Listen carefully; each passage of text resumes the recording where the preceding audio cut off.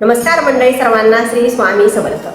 तर आपण आज आपल्या आजच्या व्हिडिओमध्ये अशी माहिती बघणार आहोत, जर आपल्याला श्री स्वामी समर्थ महाराजांचं नामस्मरण करायचं आहे त्याच्यासाठी काही ठराविक वेळ असते का, किंवा ठराविक जागावर बसून समजा नामस्मरण करावं लागतं का, किंवा 108 वेळाच करावं का, 51 वेळाच करावं का, अशा काही बंधनं असतात का, तर आपण या संदर्भामध्ये माहिती बघणार आहोत। तर तुम्ही व्हिडिओ स्किप न करता संपूर्ण बघा आणि आपले व्हिडिओ जर तुम्हाला बघायला आवडत असतील तर आपल्या चॅनलला लाईक आणि सबस्क्राईब करायला विसरू नका।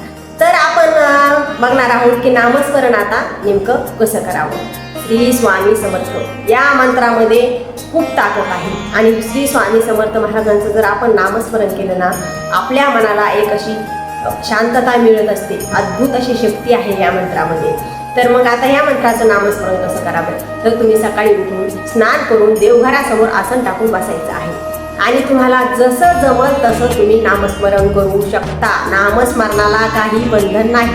तुम्ही 11 वेळा करू शकता, 21 वेळा करू शकता, 51 वेळा करू शकता किंवा 108 वेळा करू शकता। आणि जर तुमच्याकडे माळ असेल तर तुम्ही 11 माळी 21 माळी तुम्हाला जसं जमेल तसं तुम्ही करू शकता।